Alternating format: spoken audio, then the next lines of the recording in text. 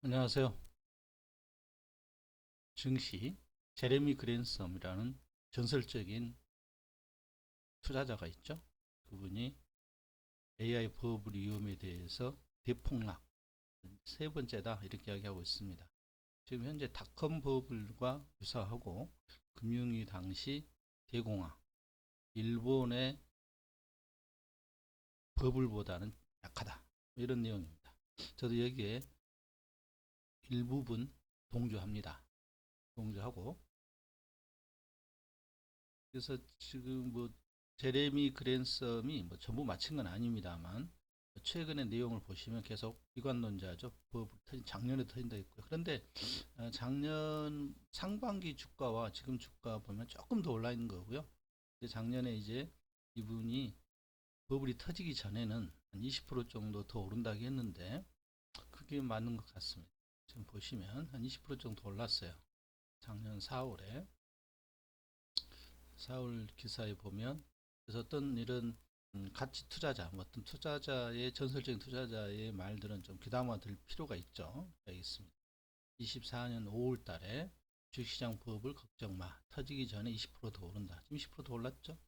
그래서 아마 저도 개인적으로는 지금 버블이다 생각하고요. 그래서 버블이 터졌다고 하는데 누구도 제 말을 듣지는 않습니다만 제 나름대로 시나리오가 있어야 또 시장에서는 살아남습니다. 그래서 미국의 버블은 그렇지만 미국이 버블이 아니라 할지라도 지금 투자해서 수익을 창출한다는 건 어렵다고 보여집니다. 미국 주식은 지금은 수익권에서는 멀다. 서로 이제 상승하면 팔아먹으려고 하죠. 매도만 나올 겁니다. 매도. 그래서 이제 가격 조정이 시작이 됐고요. 그 다음에 이제 기간 조정도 해야 되는데 어, 제레미 그랜섬이 말한 버블은 터졌다. 저는 이렇게 보고요. 그러면 어느 정도까지 이제 하락해야 되느냐? 지금부터는 이제 기본적 분석보다는 심리가 지배하고 있습니다. 심리가 어떤 심리냐? 공포 심리가 지배하고 있죠. 공포 심리에 의해서 이제 투자자들은 이제 기술적 지표를 쳐다보게 되는데 한번 보죠. 기술적 지표로 보시면 지금 이게 나스닥 차트인데요. 나스닥의 주봉 차트입니다. 주봉 차트인데 주봉 차트에서는 바닥을 잡을 수가 없고요. 일단은 이런 모습이죠. 이렇게 5주 이동평균선과 5주 이동평균선, 20주 이동평균선이 거의 붙으면서 역별이 되지 않고 있다가 여기서 역별됐죠. 지금 이 상태죠. 상태입니다. 그래서 21년도 때 버블이 터졌는데 빠지고 22년도 10월경에 바닥을 잡고 이때가 이제 AI 붐입니다. 이게 꼭 닷컴 버블과 비슷해요. AI의 엔비디아가 시장을 주도하면서 지금까지 시세를 이끌었습니다. 이게 이제 미국의 M7이죠. M7. 이게 버블이죠. 제레미 시근 입장에서는 20%더 올라서 상승했으니까. 이거죠. 24년 뭐 4월 5월이니까 이때죠. 네. 이때 이 고점을 돌파하면서 20%더 올랐습니다. 이게 거의 16,000포인트 정도인데 그리고 이제 개인적으로는 어디가 바닥이냐 자 보시면 월봉에서 아직 역별이 안 돼 있죠. 역별 될 거고요. 역별 60개월 이동평균선 여기를 지지를 못할 걸로 보이는데 60개월 이동평균선이 지금 역사적으로 보시면 저점이었습니다. 저점을 보시면 여기서 한번 이때 이제 우리는 투자를 해야 되죠. 이럴 때 근데 공포죠. 이때가 언제냐면 08년도에 그리고 스톡 20까지는 오지 않았습니다. 그리고 이제 왔죠. 22년도에 약 1년간 바닥 행보하고 그 다음에 지금까지 버블을 완성시켰다 이렇게 보여집니다. 그래서 지금 2008년도 금융위기 저점부터 지금까지 이어진 기나긴 상승이 이제 악을 내렸다. 이게 제 개인적인 생각이고요.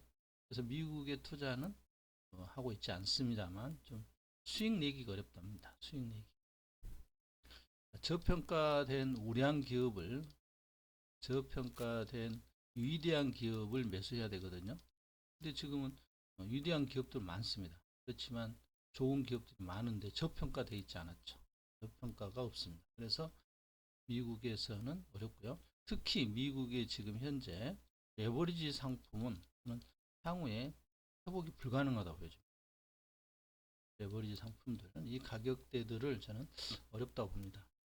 레버리지 상품은 고점 대비 이렇게 70%가 하락이 아닙니다. 70%가 하락한 상태에서 매수가 적립으로 들어가서 이게 이런 추세를 형성할 때 팔고 나와야 됩니다.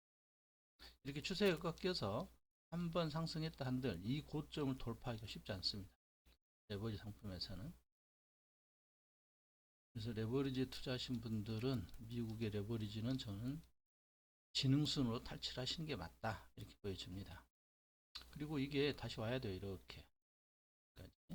그리고 바로 상승하냐? V자 반등 없습니다. 이제는 이 V자 반등이 없다고 보여집니다. 미국에서. V자 반등이 없는 이유가, 자, 하락을 했어요. 예를 들어서 여기까지 하락했습니다. 그리고 다음에 상승해야 되는데 이 상승 모멘텀이 없습니다. 어떤 새로운 시대정신이 나타나야 되는데 새로운 시대정신이 없죠. 지금 M7은 중국한테 밀리죠. 중국이 경쟁자입니다. 강력한 경쟁자입니다. 자, 이번에 중국의 3월 4일 양해가 시작하는데 이 양해 시작에 관세 10% 추가로 10% 더블, 기존의 25%에서 45%의 관세를 때렸습니다.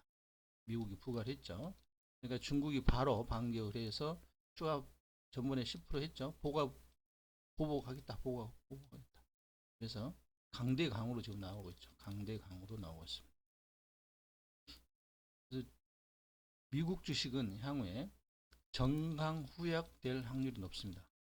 정강후약. 외부적인 호재에 상승했다가 하루 종일 빠지는. 그리고 호재가 없으면 또 빠지는. 그러다가 이제 5%, 나스닥 기준으로 7% 이런 폭락이 나왔을 때 중국 주식이 버텨줘야 되는데, 그래서 중국 주식은 앞으로 3번의 위기가 있습니다. 3번의 위기를 견디고 나서 디커플링이 이루어지겠죠. 디커플링이 이루어진 다음에 서로 갈 길을 갈 텐데 지금은 미국의 영향을 받을 수밖에 없는 상황이고요. 그래서 미국만 본다면, 자, 올봉상 여기까지 오실 때가 기다리시기 바랍니다. 기나긴 시간이 될 수도 있으니까. 그렇다고 스톡이 바로 이겨온다 해서 바로 상승하지 않습니다. 참 극히 이례적인 상황이었고요. 이건 버블이었습니다. 이건 버블이다.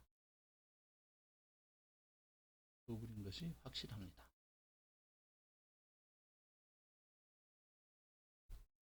이건 알리바바 차트고요.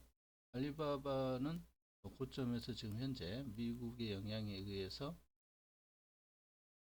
상황이 안 좋죠. 그래서 알리바바 같은 경우는 최고의 약재는 지금 미국에 상장돼 있다는 겁니다. 최고의 약재는 미국에 상장돼 있다. 예. 미국에 상장된 악재가 가장 큽니다. 상장된 크고요.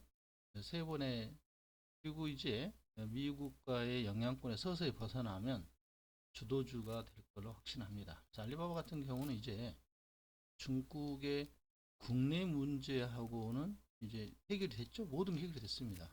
국가적인 산업으로 알리바바를 좀 상승시키려고 하고 있고요.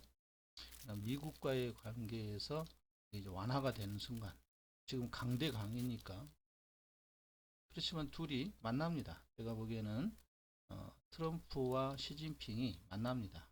서로 어느 순간에 만나냐인데, 뭐 시진핑이 미국으로 할 확률이 높겠죠.